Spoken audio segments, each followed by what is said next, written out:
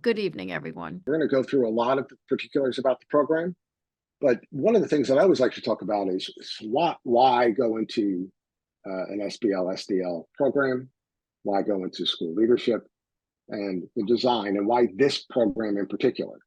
So the real good news about this program is Sage was able to develop it from the ground up just recently based on the latest research around not only the standards, but delivery methods and models. So it's a blended delivery approach. And one of the things that I'll do during this presentation is I'll tell you what I'm going to tell you. I'll tell you what I told you, and then I'll tell you again at the end to summarize.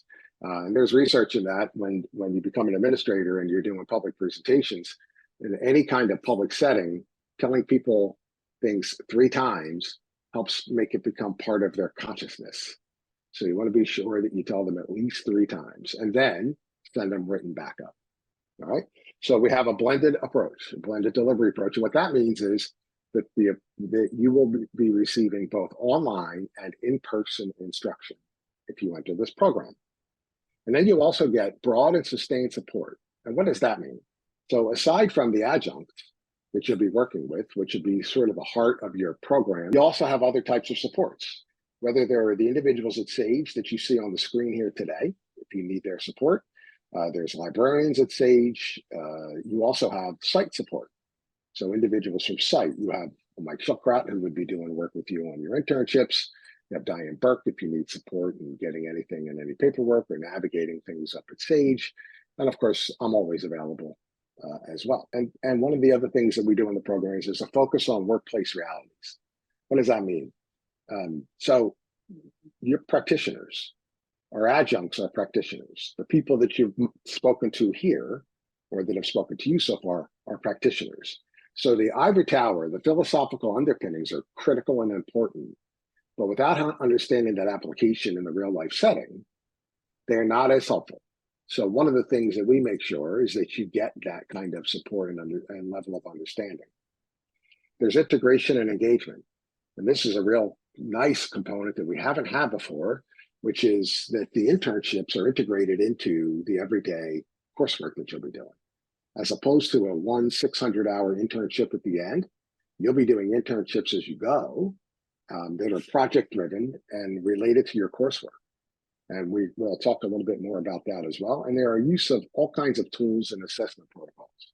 So you're not going to find that you're getting a lot of tests. That's not what's going to happen. There are written assignments, there are project-based assignments, and everything is formative. The intent is to teach you how to be practitioners in classrooms and in schools, and how do we do that?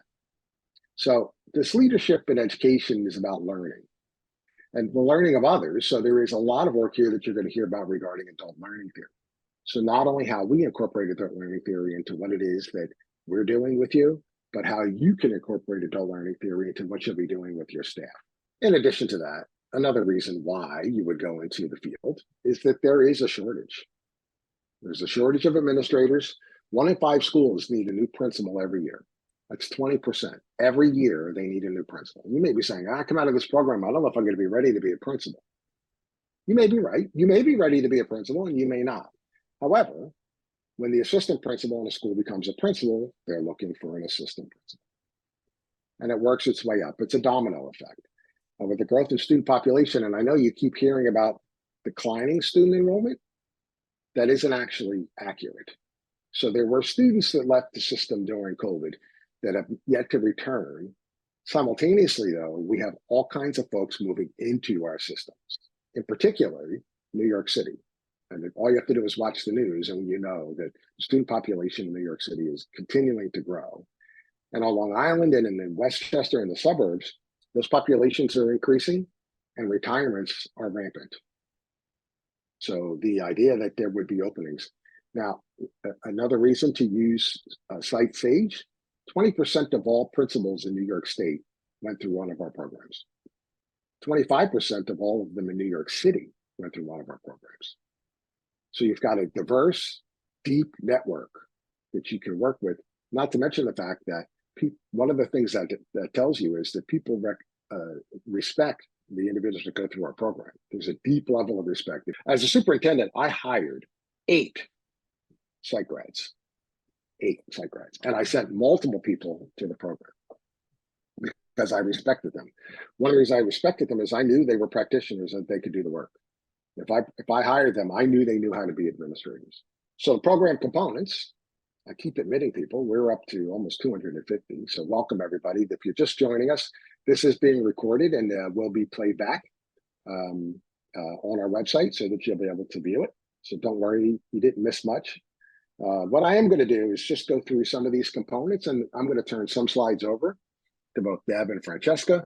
The program components, current and relevant curriculum. I think I've mentioned that already, and I'll continue to mention that. It's extremely current. I mean, it's literally just been written to align with PSEL standards, and it's currently being reviewed to make sure that it aligns with downstate culture and curriculum. The CITE's cohort model is tremendous for those of you who've worked in cohorts. It is one of the primary reasons for success. Adult learning theory supports that. We have current and experienced professors. All of the professors that will be teaching in this program are current with regard to the research and implementation in adult learning theory, but they're also practitioners or recently retired practitioners. And the state-of-the-art program delivery model. We'll talk a little bit about that as we move forward.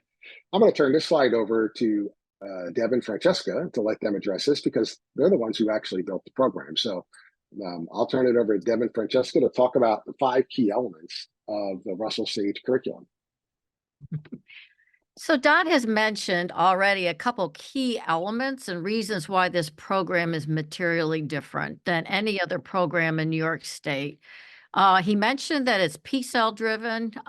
So instead of backing into the standards, we actually dedicated every course to a standard. So you had a deep dive into each standard. Moreover, the New York State Leader Assessment is built on those PSEL standards. So it's critically important, as you know, in classrooms, your content has to match your assessment. Well, in this program, they're tightly woven together.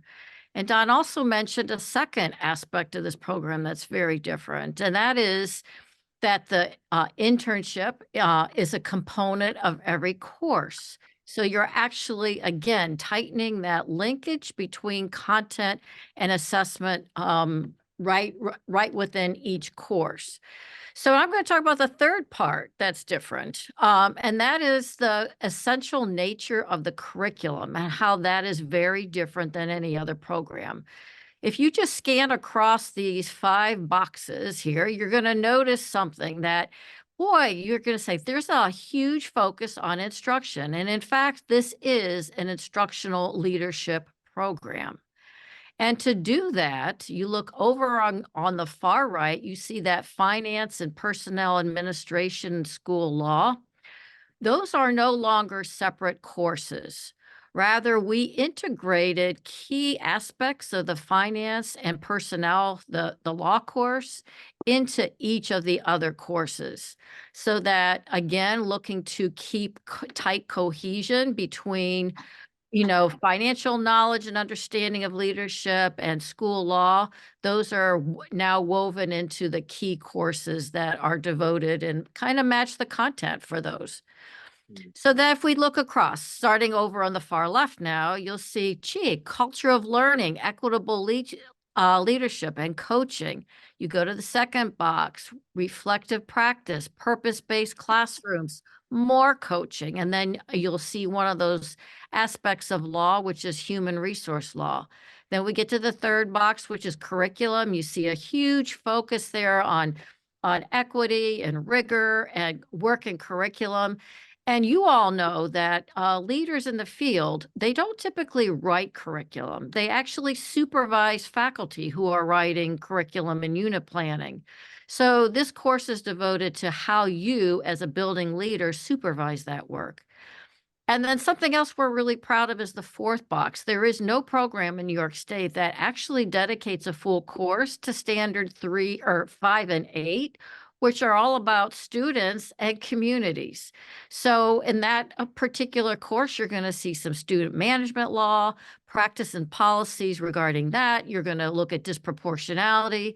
Think about how you supervise special education, E&L, MTSS. So all of those areas that we all felt were an area of an educational leadership program that was not as well did not focus on as well. So in a nutshell, our curriculum is materially different than any other program in the state right now.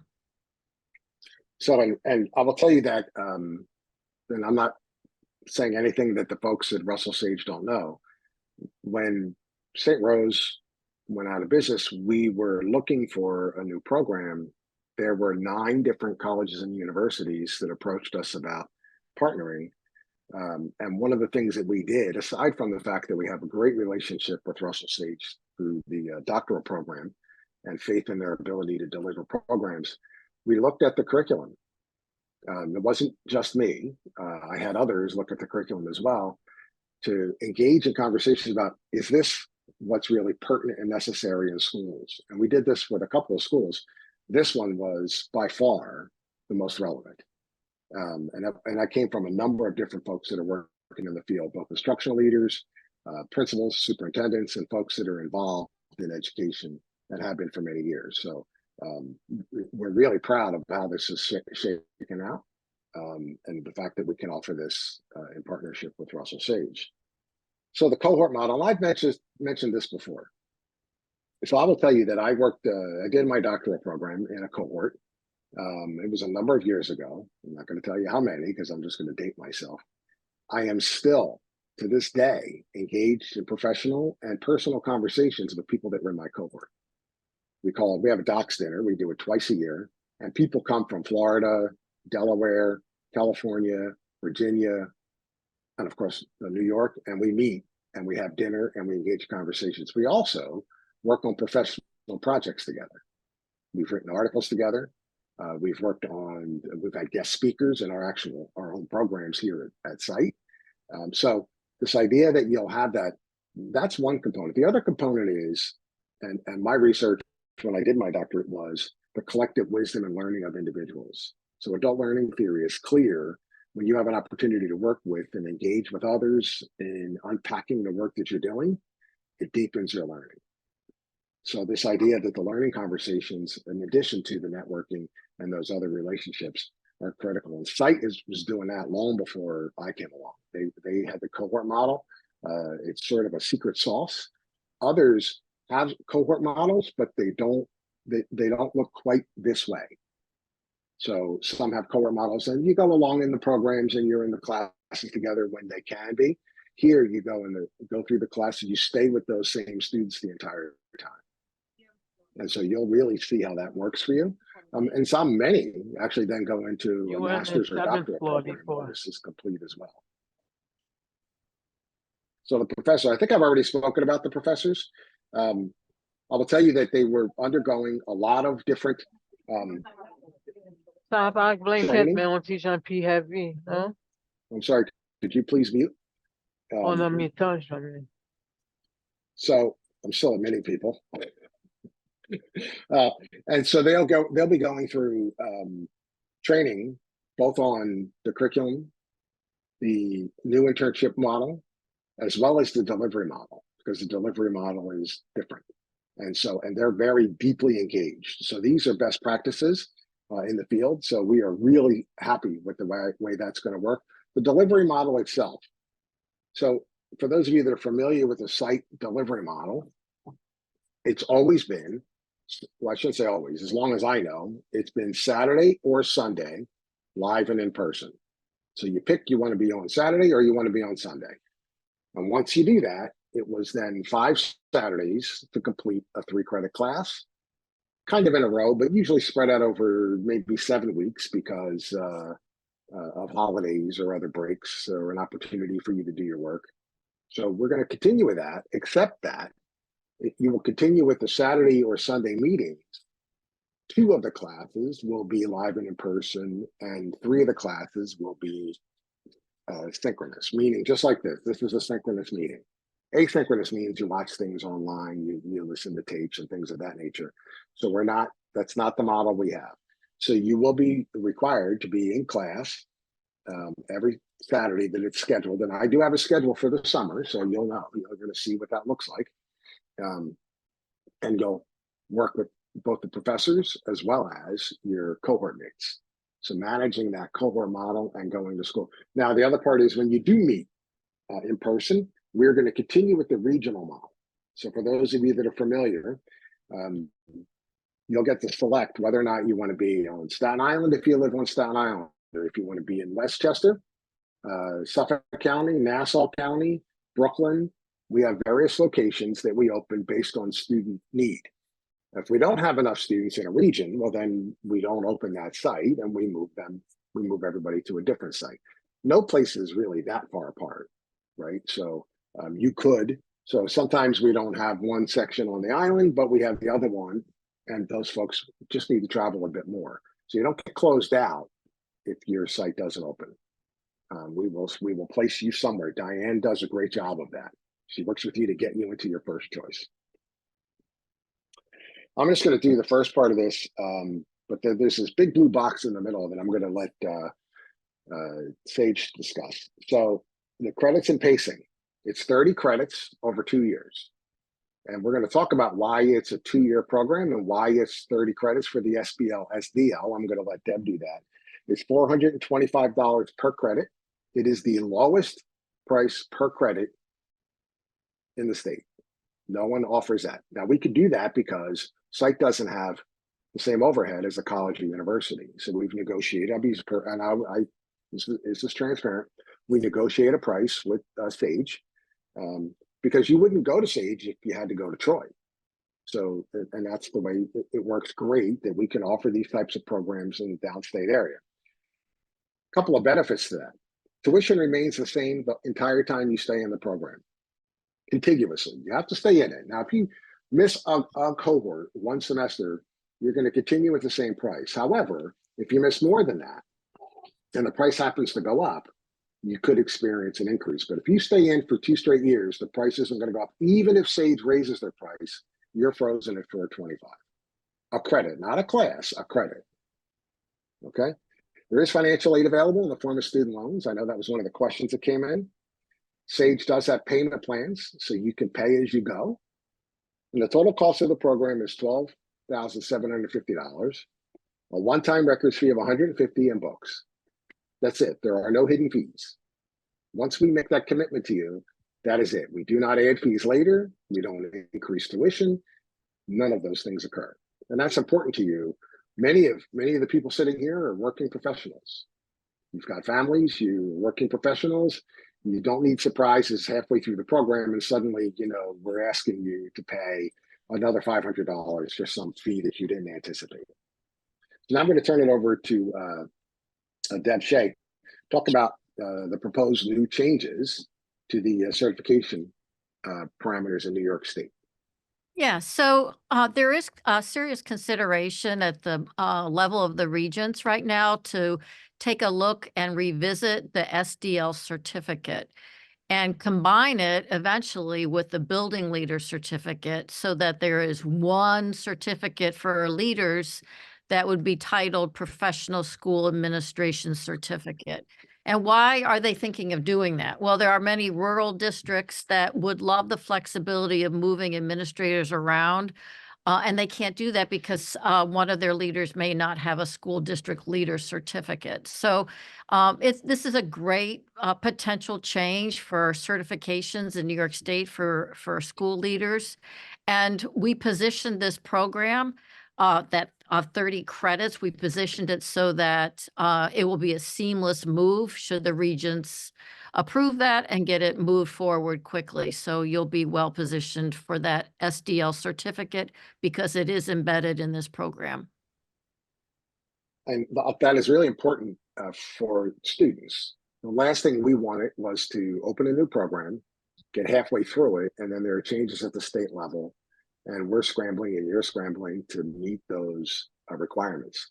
I personally know several members of the Board of Regents who I reached out to, and they said this is a distinct possibility and it could happen sooner than later. There's no guarantees or promises. What that means is you are fully positioned. If they change course halfway through the program, you will meet the certification requirements for the new certification. So I don't know others. There may be others that are positioning themselves for that. I don't know that off the top of my head, but I do know that we are positioned to do that. And Sage has done a great job making sure that you're ready for that. It does lead into, if you're interested in entering their doctoral program and you have this certification, you do get reduced credits in their doctoral program. So typically that's a 54 credit program, I think, Francesca, is that right? 54? Helen, if you put it in your mouth again, it goes in the garbage. I'm sorry, could you please mute? Although I understand if they do that again, I would put it in the garbage too. I have a 15-year-old, so I think her phone almost went in the garbage today. I have 4 daughters, by the way. I don't have any sons. I have 4 daughters. One that's 15 and she's still at home. So the idea that you're positioned to have that service. So some people may say, but it used to be you could do just the SBL, and then if you wanted to do the SDL, you could with CITE. That's not the way this one's structured, and this is the reason why. You can also then, we are hopeful that we'll have a master's component to this before anybody finishes the first 30 credits, and if we do, then you'd be able to go on and do the master's, but you could also go right into the doctoral program. So I'm going to turn this over to Deb and Francesca to talk to you a little bit about the courses and the way that they're going to be offered so that you have a level of understanding. So you see here some really interesting course titles. I'm thinking you're looking at these titles and thinking, oh, those are certainly interesting. So we have the first semester, we have a full course devoted to literacy, thinking about data literacy. And you know what an important skill that is if you're an instructional coach or thinking about being an assistant principal or principal and working on a PLC, how critical that is. The second semester, leadership of the curriculum and supervision of teaching and learning. And these are going to be very different courses than you would typically think about in terms of educational leadership. Again, as I mentioned earlier, the curriculum course is really about how do you supervise the work of faculty doing that work. And then the supervision of teaching and learning is all about purpose-driven observations and looking for themes and patterns across the school that then lead into the third semester, which is the communities of practice. Another way of saying your professional learning communities and how you build a culture of learning in your school as a building leader. And then we have the course that I talked about a moment ago, the communities of care and inclusive family engagement is the only institution in New York State that has a course like that because we believe that our families and our communities play such a strong part in the success of our youngsters in schools. And so we want to devote a whole course to thinking about student conduct and discipline and student engagement in classrooms and engaging our families. And then the fourth semester, you'll see 2 courses. One is the internship course, the second half, right, of the 300 hours, but you also see an evidence into action. This is a very different course as well. You can do all the other semesters, but if you don't, as a building leader, know how to operationalize and put something into practice, like if you aren't certain how to use data to develop a professional development plan and change classroom instruction, if you're uncertain about how to look at your whole school as a system and how you have to navigate and start thinking about all the dimensions of your school as a system in order to sustain change. That's what this course is about. It's a perfect companion to the internship because those two will allow you to really think about, who am I as a leader and what do I believe and how am I going to make that happen as you move into that role. And then the 5th semester is all about school district leaders. So you see the capstone project there. There are 3 options for that school district leader that incorporate all the courses before it. So another unique aspect of this particular program is that all the courses kind of talk to one another and elements from each course, each semester, you will find content and skills in the subsequent courses. So it's materially different than anything else in the state right now, as I've said. So you may say, well, Don, you said it was 2 years to complete the program. This doesn't show 2 years, right? We show summer, fall, spring, summer, fall. It's 18 months. However, you will not, if you don't, and we allow for this, for people to complete the internship hours over multiple semesters. So we don't want to say, well, by the way, we don't want to promise you you can finish in 18 months and then you can't complete the internship for one reason or another. Although they have broken it down beautifully in this program, and we will talk a little bit more about the internship in a second, so that you can be working on the internship as you go. That's very similar to a model where people work on their dissertation as they go through a doctoral program, so that you're not leaving it all for the end and it's daunting and you're just doing it to get it done. This is incorporated into your program. So I'm going to let Deb continue with this to talk about the internships and how they're embedded and what they look like.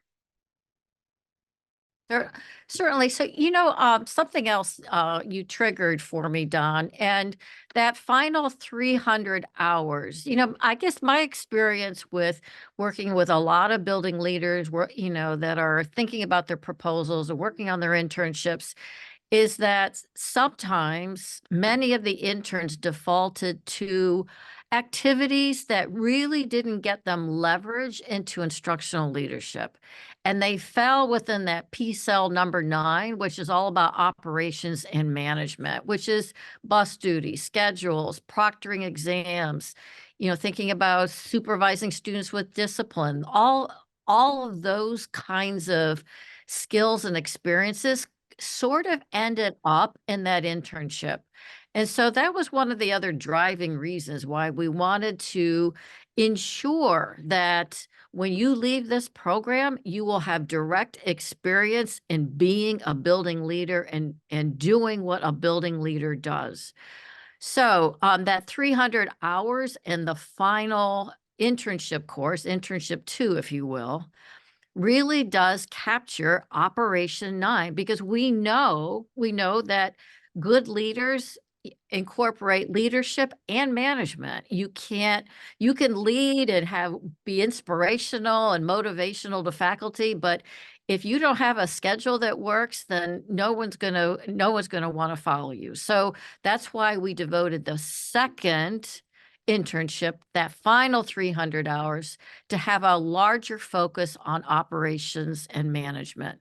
And the rest of that 300 hours is going to be some project, a problem of practice that you have identified that matches your career and professional goals. So there are 3 choices that you will have in that final course.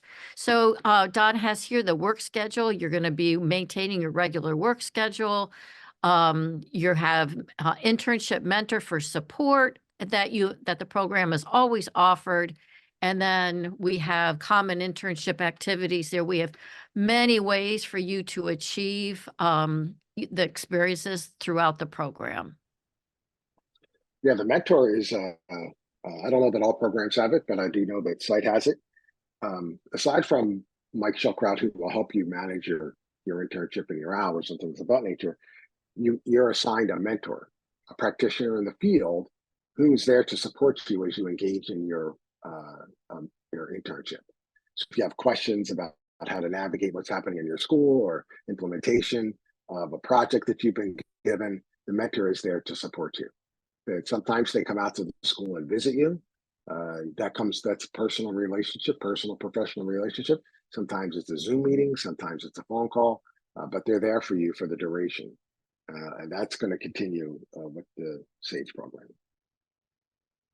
So, and I told you what I told you, Deb told you, now we're going to tell you again, this is unique. This allows you these 50-hour internships for each class. So you'll have a project that's in your class that has to be done, and it's related to what you're doing in your schools. That's going to count towards your 50 hours. And so we'll go through that in detail as you enter a course. What does that actually mean? How do you keep track of that? It's meant to not be onerous. It's meant to be incorporated into your work. Philosophically, we believe that engaging in those programs at the same time as you're doing the internship is what's critical. So they're not done in isolation. They're done to build and support what's happening in your class. And the adjuncts will be steeped in that. The projects have been developed, and then you'll be given those projects and be able to do those projects. So the idea is that when you come out and you're a practitioner, and yes, that was right. You do have to know how to put the schedule together. You do have to know how to manage the bus. I remember my first principalship. I'll tell you, one of the big, you could be the best instructional leader in the world, and the teachers will say, but we understand instruction. If you can't get the assembly right, that just creates all kinds of discord in the school. So you do get training and actually managing. So there's instructional leadership and school management. They're combined because we can't do one without the other. So this is the calendar for the summer.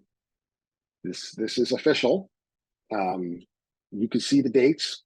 These will be published. They will be available to you when we send out the PowerPoint.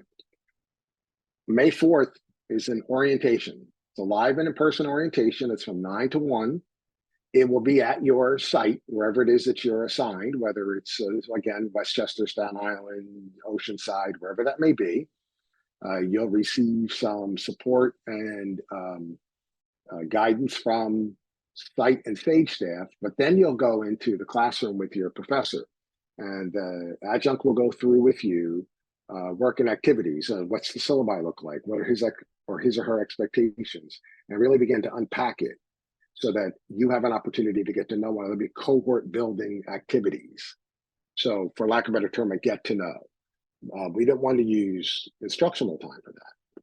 So then you'll come back. We don't have class the following week because it's Mother's Day.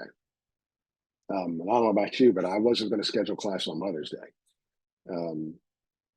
It's funny because I know there's a joke, right? I'm going to tell you this joke. I'm sorry. I know you're busy.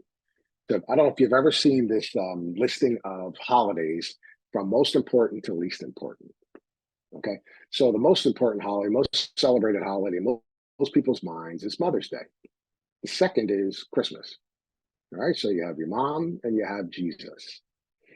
At number 13 is Father's Day. At number 10 is Arbor Day. So, and Halloween is above. So you have the devil and trees ahead of fathers. I'm not really sure how we rate this, but I would never schedule classes on Mother's Day.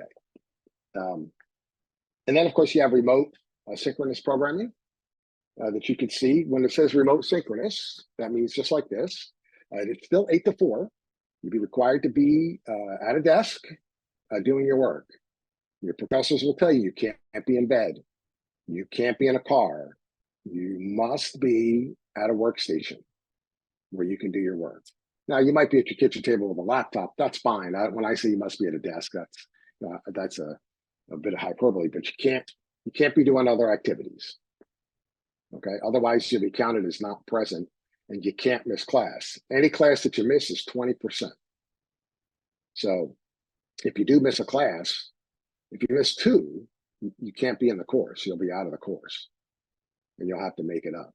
If you miss 1, you'll have to engage a conversation with the adjunct about any makeup work. Okay, so don't miss class. Know the schedule, build around it. It's 18 months. You can do it. So this is the calendar. I'm not going to go through every date. Yes, there is class on Memorial Day weekend. And as you can see, there just are no other weekends that we could fit. It's the way the calendar fell. In particular, because there's Independence Day, there's graduation weekend where people can't attend, there's Eid and Father's Day. So we couldn't. Every weekend is actually full, except for where there's holidays. And we had to pick one holiday to have class. So it was Memorial Day. I'm sorry if that does interfere with your plans. I do apologize. So the network, I've talked about this before, thousands of principals statewide, 500 principals in New York City, 1,500 APs in New York City. We have more than 10,000 alumni. And somebody asked, one of the questions was, do we help with placement? We do not have a placement program, but what we have is a tremendous network. And one of the things that you get that network is every time somebody posts a job opening, in particular somebody from CITE, they send it to us and we repost it and often send it out to our email addresses. And people will talk to you if you're a CITE grad and they're a CITE grad and they're in a position to hire. So there is that component. We have, and I will tell you, everybody from instructional coaches to Chancellor of New York City have gone through CITE programs. Misha Porter was a CITE grad. We have a BOCE superintendent, multiple school superintendents. Superintendent of Denver Public Schools went through a CITE program. I mean, the list goes on. I could name any number of people that you probably would know, but I will tell you that that network is deep and strong. So that is going to be really helpful for you, one, with regard to job placement, but two, with regard to a learning network. I'm going to turn this over to Deb to talk to you about admissions requirements, because those come from the college. You're still on mute, Deb. To like not have my dogs barking in the background. So master's degree, of course, 3 years of experience. That's really important because we really want you to have a rich enough foundation in the classroom before you start thinking about expanding your influence beyond the classroom. 3 letters of reference and at least 1 from a supervisor, your immediate supervisor. The internship support. Oh, there we go. A statement of support for the internship requirements. That must come from your school district, your transcripts, obviously, and a writing sample. And in the writing sample, of course, you'd be speaking to the nature of why you're thinking about leadership. Why now and why Russell Sage? And it says 750 to 200 words. That's obviously not accurate. There's a missing 0. It's 750 to 2,000 words. So some people write more concisely. Some people need a little bit more white space to get their point across. So 750 to 2. We're not looking for a 10-page term paper. We're looking for, look, we want to know what you're thinking about school leadership, but we also want to know how well you write. Because writing is a big part of the program. Go ahead, Deb. Yeah, so Don, I want to add one more thing to the internship support, that district level, you need a district level letter of support because the internship is spread across the program. So this is going to be somewhat different for your school district and explain to your superintendent or their designee. Because you're going to need someone that's a site supervisor right from the first class, from the first course. And we'll give you something in writing so that you can present that. You're not wondering how to present that to either your principal or your superintendent. I don't know anyone that's been denied that. I loved interns for a lot of reasons, not the least of which was really good, new, young thinkers, but also free labor. You come in, you're doing projects, you engage in work in the schools, but it's also then a pipeline to a leadership position in the school. Because as people retire, I'd rather have somebody that was trained in my district that I could utilize for a position in the school. So the application is up and online. It's available to you. I think if you didn't receive an email, you will soon, but you could see the web address. Students that apply for the St. Rose program for the February, yes, you must apply again. You will be accepted. If you were accepted to the St. Rose program, you will be accepted to this program, but it is a different university, so you have to do the application again. There is no application fee, so it's not going to cost you anything, but yes, you do need to submit an application and all the requisite paperwork. So I'm sorry you have to do that. I wish you didn't. But I do certainly understand why SAGE would require that, because you're now going to be a SAGE student. What I'll do now is to go through some of the questions here. Do you have to travel upstate to take any classes? No. The old program that we had, there was opportunities. I call them opportunities, but not everybody saw them as opportunities. They were residencies, and you had to actually travel to campus in Albany, and you had to do it at the beginning of the program and at the end of the program. That is no longer required. You are required to attend the in-person classes. You must attend the in-person classes that we offer. So by that, what I mean is if it's in person and it's being offered, you can't say, I want to remote in that day. You have to attend the in-person classes. There was a question about financial aid. I think I answered that. Loans are what's available to you. Somebody asked, does this certification qualify you to become an administrator outside of New York City public schools? Yes, it's a statewide certification. So anywhere in New York, the certification is good. There is no option for 100% online. You do have to have taught. You have to have 3 years of teaching experience. Somebody here indicated that they, although they work for the DOE, they don't teach. They do have a master's degree, but you have to have 3 years of teaching experience. That's an actual state requirement.